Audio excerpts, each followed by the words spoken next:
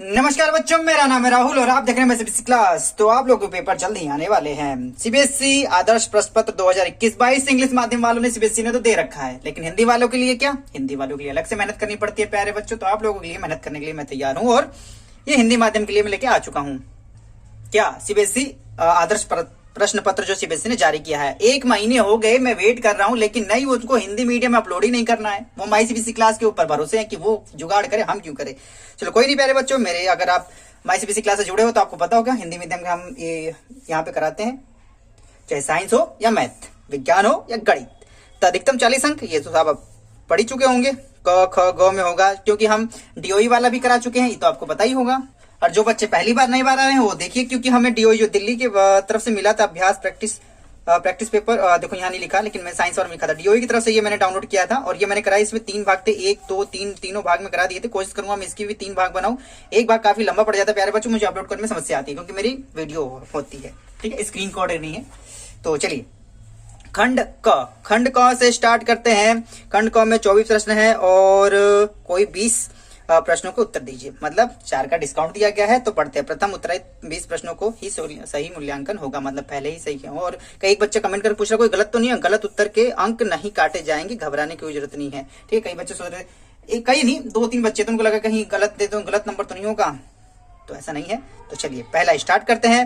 रीमा ने एक बीकर में लगभग 5 ml लेड नाइट्रेट विलियन लिया और उसमें लगभग 4 ml पोटेशियम आयोडाइड विलियन मिलाया।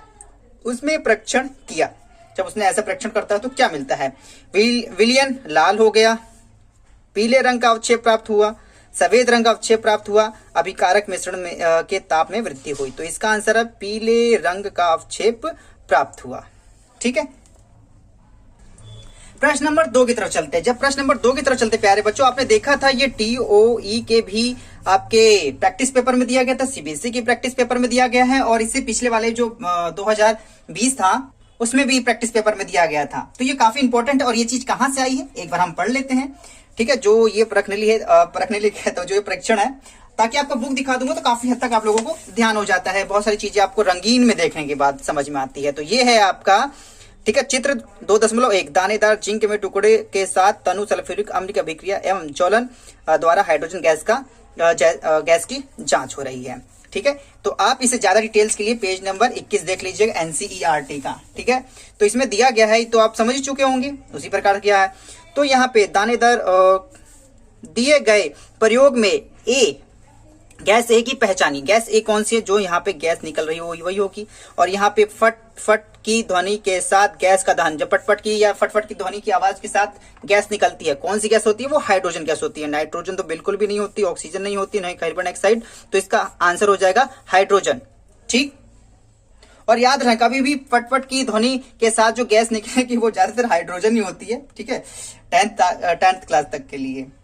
और आपको एक बार परीक्षण दिखा देता हूं ताकि आपको ध्यान से याद हो जाएगा। यहाँ देखिए ये अरे भैया सीधे से हो जाइए, थोड़ा सा डिस्टर्ब हो रहा है। बस फटफट की ध्वनि के साथ हाइड्रोजन गैस का दहन, ठीक है। ये मोमबत्ती है, इससे जांच की जा रही है, ठीक है। फटफट की आवाज से ए गैस का दहन, यहाँ ए लिखना भूल गया, अबे हलकटो ये भी ए लिखना भूल गए। चलो क्वेश्चन नंबर 3 की तरफ चलते। क्वेश्चन नंबर 3 क्या है? धातु तनु धातु लवण गैस। अच्छा, मतलब धातु की तनु से विक्रिया कराते हैं तो क्या होता है? धातु लवण और गैस निकलती है। तो चलिए कैसे कैसे कराते हैं एक बार। और ये आपको आगे चलने से पहले मैं आपको एक अभिक्रिया भी दिखा देता हूं। तो अभिक्रिया मतलब कि पॉइंट देखेंगे 3.2.3।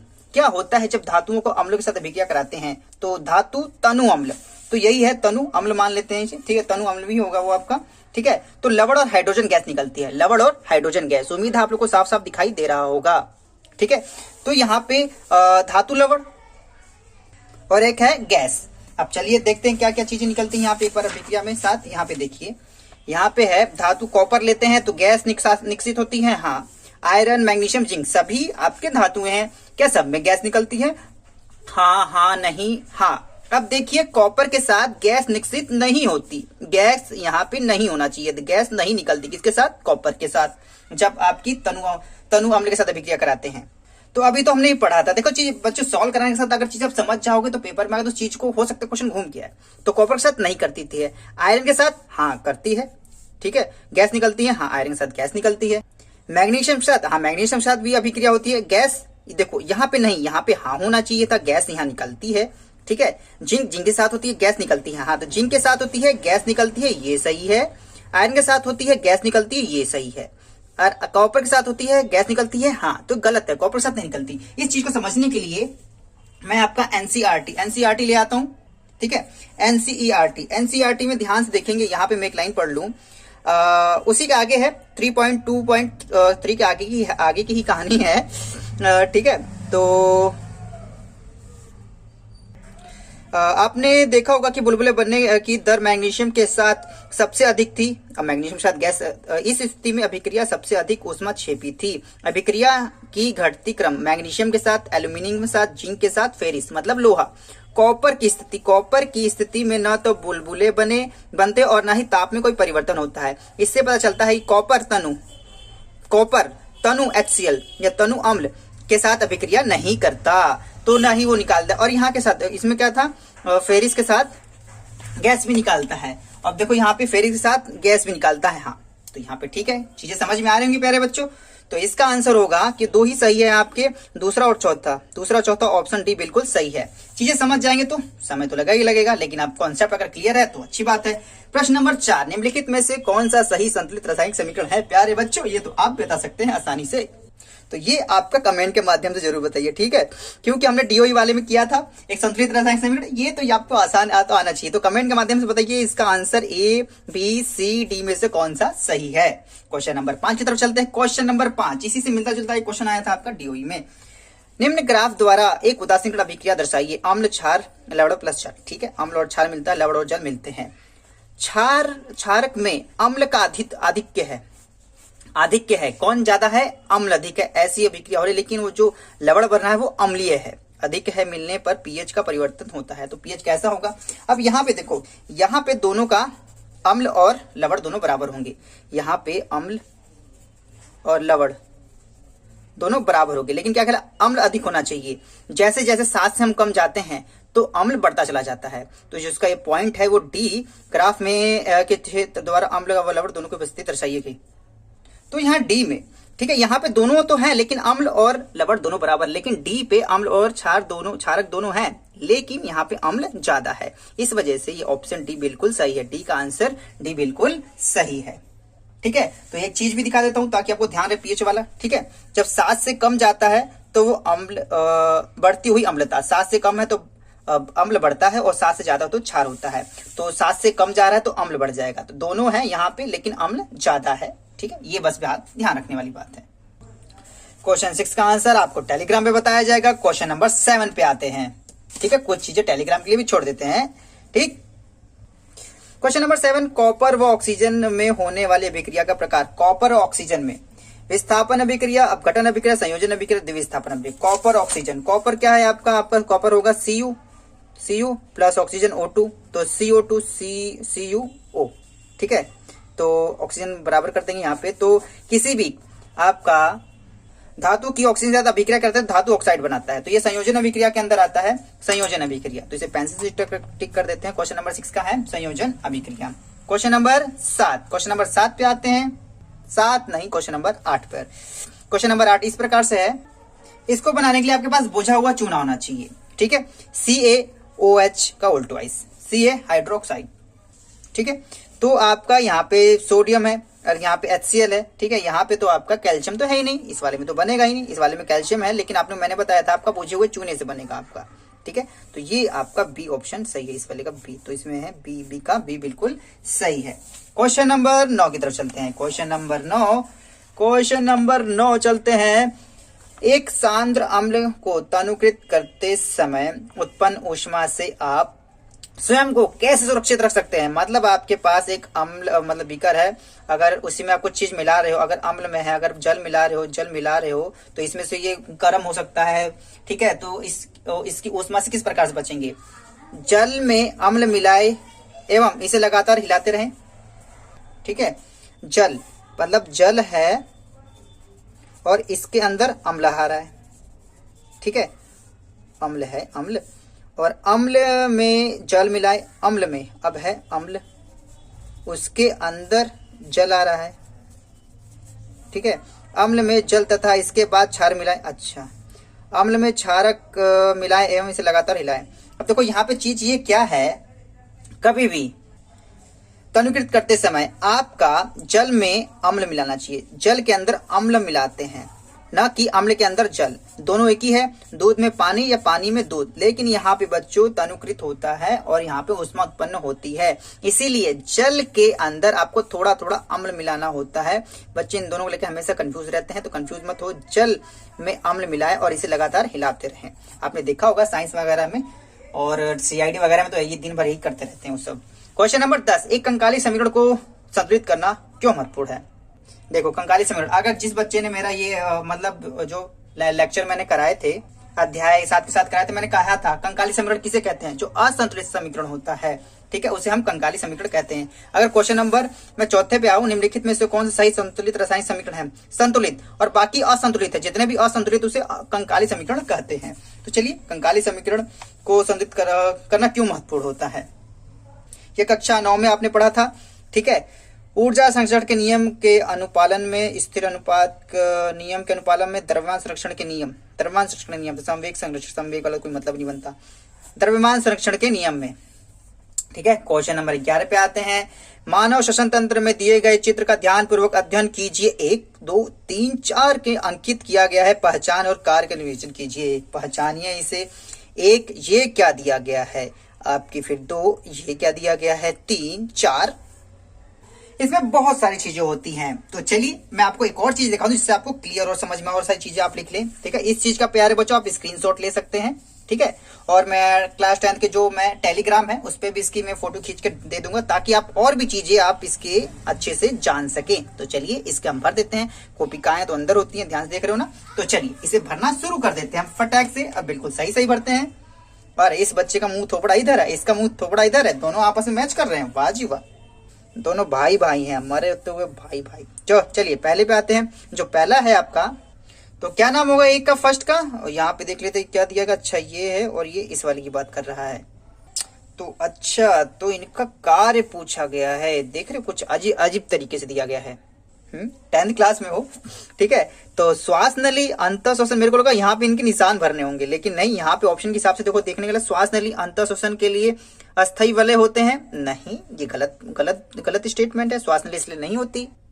दूसरा, पसलियां, बाह्य श्वसन के समय पसलियां ऊपर उठती हैं, नहीं, पसलियां अंदर की तरफ होती हैं, ये भी गलत है, ये भी गलत है। कार्य कोपिकाएं पतली भित्ति वाली संरचना जहां गैसों का आदान प्रदान होता है, हाँ, CO2 और O2 का लेन देन चलता है, कहाँ, कोपिकाओं में, ये भी सही है। डायफ्राम श्वसन अंदर लेते समय या ऊपर उठता है, नहीं भैया, ये नीचे चपटा होता है, नीचे की तरफ जाता है, तो ये भी ऑप्शन गलत है। तो इसका ऑप्शन 3 बिल्कुल सही है। कोपिकाएं जो है पतली भित्ति वाली संरचना है जहां गैस का आदान प्रदान होता है। क्वेश्चन नंबर 12 की तरफ चलते हैं। क्वेश्चन नंबर 12 उस विकल्प का चयन कीजिए जो 1, 2, 3 के अनुसार सही एंजाइम का स्राव करता है। यहाँ कौन सा एंजाइम स्राव होता है, यहाँ पे कौन सा एंजाइम स्राव होता है, और यहाँ पे कौन सा एंजाइम स्राव होता है। तो आप यहाँ देख रहे हो कहीं मुख्य के अंदर की बात चल रही है आपके, ठीक है, और जो ये आपके चल रहा है ये आपके वो पेट के अंदर की बात चल रही है, क्योंकि लीवर तो इस साइड है आपका, ठीक है, पित्ताशय तो यहाँ रही है, यहाँ की बात कर रहा है। और तीसरा है ये आपका आंत की बात कर रहा है, क्या, बड़ी आंत की बात। तो आपका जो मुख में, सबसे पहले याद रखने बात है, जो मुख में जो आपका एंजाइम होता है एमेलाइज, बुलेट कितनी तेज चलती है, वाह, एमेलाइज होता है, जो मुख में आपका एंजाइम होता है एमेलाइज होता है। तो सबसे पहले देखिए एमेलाइज, जो फर्स्ट में एमेलाइज होना चाहिए, लाइपेज, लाइपेज तो ट्रिप्सिन मुख में कहां से आ जाएगा, एमेलाइज यही है आपका, एमाइलेज है, ठीक है। कहीं कहीं पढ़ने के लिए आपको एमिलेज भी मिल जाएगा आपका, ठीक है।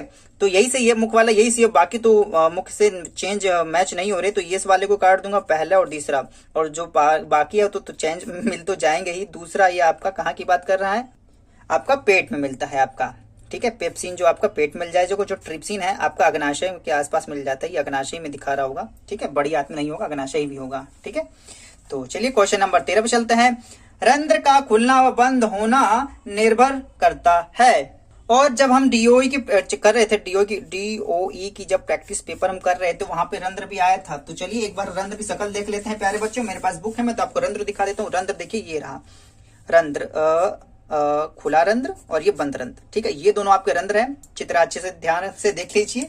ठीक है, तो इसमें क्वेश्चन क्या पूछा है आप अच्छे से बताते हैं। देखो ये सब चीज मैं इसलिए दिखाता हूँ ताकि बहुत सारी चीजें आपको देख के याद आ जाती हैं, तो आप मेरे बताने से पहले आप अपना उत्तर कमेंट कर सकते हैं। वातावरणीय ताप पर, रंध्र के पास ऑक्सीजन सांद्रण पर, रंध्रों के पास O2 CO2 सांद्रण मतलब कार्बन डाइऑक्साइड सांद्रण पर, रक्षी कोशिकाओं के जल सांद्रण पर। तो ये आपका 13वें का होगा। रक्षी कोशिकाओं के जल सांद्रण की वजह से ही वो आपकी बंद होती है, खुलती है आपकी। ठीक, क्वेश्चन नंबर 13 यहाँ समाप्त हो जाता है। क्वेश्चन नंबर 13 के बाद क्वेश्चन नंबर 14 की तरफ चलते हैं। नीचे दिए गए मानव रक्त प्रसंचरण का व्यवस्थापक निरूपण 1 और 4 पर तक अंकित किया गया है। कार्य सहित सही अंकन का पहचान कीजिए। हर बार ये आपका मतलब कि पहले 8वीं क्लास में आप लोगों को क्या आता था कि नाम लिखने के लिए, अब यहाँ पे कार्य दे दिया गया और सही कार्य को चुनना है आपको। तो ये आपका पहला क्या नाम है, फुसफुस सीरा। ठीक है, तो फुसफुस सीरा है। दूसरा क्या है आपका, फुसफुस धमनी, फुसफुस धमनी है। तीसरा आपका महाधमनी, महाधमनी है। चौथा आपका महासीरा, महासीरा। सब कुछ सही दिया गया है, तो गलत क्या है इसमें। फुसफुस सीरा शरीर के अंगों से अशुद्ध रक्त लेती है। शरीर के अंगों अशुद्ध रक्त, अच्छा ये अशुद्ध रक्त ले रही है भैया। इसमें O2 मतलब प्योर ऑक्सीजन होता है, मतलब प्योर कहने का मतलब ऑक्सीकृत, जिसमें ऑक्सीजन होता है। तो ये जो ओपिनियन है गलत है, मतलब जो दिया गया है। फुसफुस धमनी, फुसफुस से हृदय को रक्त में ले जाती है। फुसफुस से हृदय को रक्त में ले जाती है। अब ये क्या है, हृदय को रक्त में ले जाती है, फुसफुस से हृदय को रक्त में ले जाती है, टोटल गलत है। महाधमनी हृदय से सही है, हृदय से सिरे के अंग तक रक्त ले जाती है। तो महाधमनी सिरे से हृदय रक्त तक ले जाती है, तो नहीं है बच्चों, ये फिलहाल फेफड़ों में जाती है यहाँ से, तो ये भी गलत है। तो चौथा ही सही होगा। शरीर के अंग से रुधिर दाएं आलिंद में ले जाता है, तो यहाँ से हाँ ये बिल्कुल दाएं आलिंद में जाता है। चौथा वाला बिल्कुल सही, तो इसका ऑप्शन डी चौथा बिल्कुल सही है। क्वेश्चन नंबर 15 पे आते हैं। क्वेश्चन नंबर 15 पे देखते हैं, दिए गए चित्र में रक्त परिसंचरण की सही स्थिति पहचानिए। तीर के निशान द्वारा कोष्ठकों के संकुचन को दर्शाया गया है, मतलब अंदर की तरफ आ रहे हैं। तो कैसा संकुचन होगा आपका, किस प्रकार का होगा, वही आपको यहाँ पे बताना है। रक्त को दाएं एवं बाएं आलिंद के में साथ भेजा जा रहा है, नहीं। रक्त को ऑक्सीकृत होने हेतु फुसफुस में एवं विभिन्न अंगों में भेजने हेतु साथ साथ पंप किया जा रहा है, नहीं। रक्त को दाएं आलिंद की तरफ भेजा जा रहा है, नहीं। ये फोन की बैटरी को भी अभी खत्म होना था क्या। मां से तथा अन्य अंगों से हृदय द्वारा ग्रहण किया जा रहा है, इसका ऑप्शन डी बिल्कुल सही होगा। कोशिश करूंगा मैं अगली वीडियो जब बनाऊं तो फोन को फुल चार्ज करके, ठीक है, ताकि समस्या ना आए। माई सीबीएसई क्लास की इस वीडियो को देखने धन्यवाद। तब तक के लिए जय हिंद, जय भारत।